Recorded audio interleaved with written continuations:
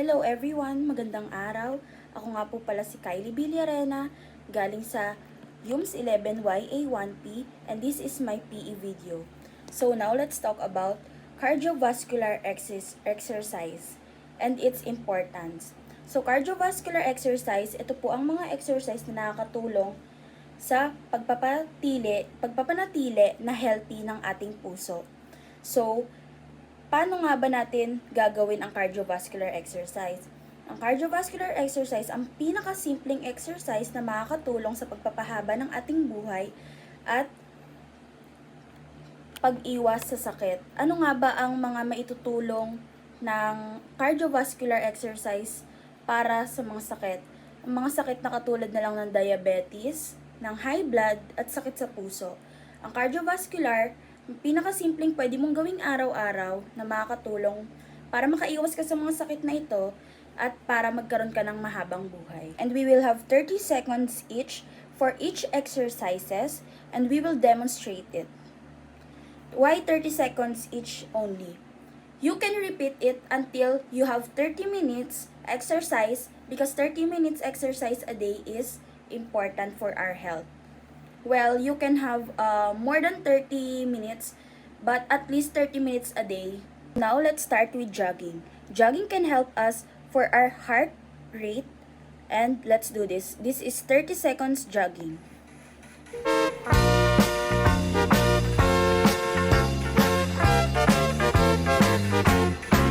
Mag-exercise tayo tuwing umaga, tuwing umaga, tuwing umaga.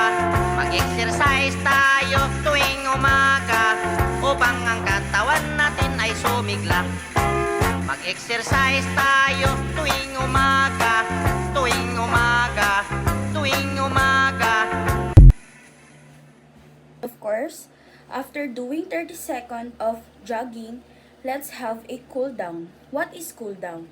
Cool down is after mo mag-exercise, at least 30 seconds na magpapahinga ka bago ka ulit mag-exercise para sa second round or second exercise na gagawin mo. So now, let's go to our second exercise for our cardiovascular exercises. So let's do 30 seconds jumping jacks.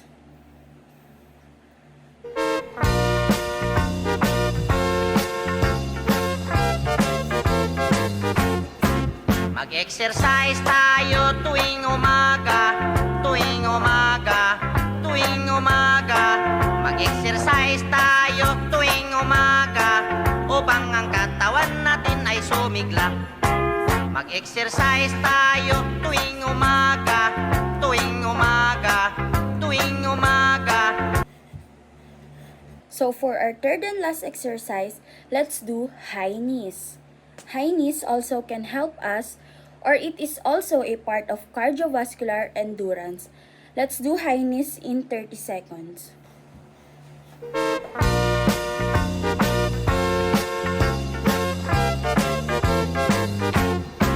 Mag-exercise tayo tuwing umaga, tuwing umaga, tuwing umaga. Mag-exercise tayo tuwing umaga upang ang katawan natin ay sumigla. Mag-exercise tayo tuwing umaga, tuwing umaga, tuwing umaga.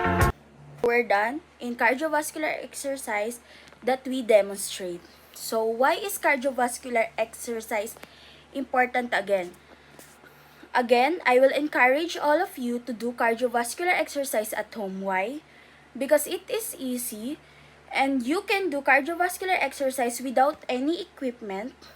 And of course, cardiovascular can help us to maintain our healthy lifestyle, and of course, we can prevent sick or we can prevent diabetes, stroke, and high blood. Okay? So, I will encourage all of you to do a cardiovascular exercise. And why is it 30 seconds only? Because you can repeat it until you have 30 minutes exercise daily. Because 30 minutes exercise daily is also important on our life.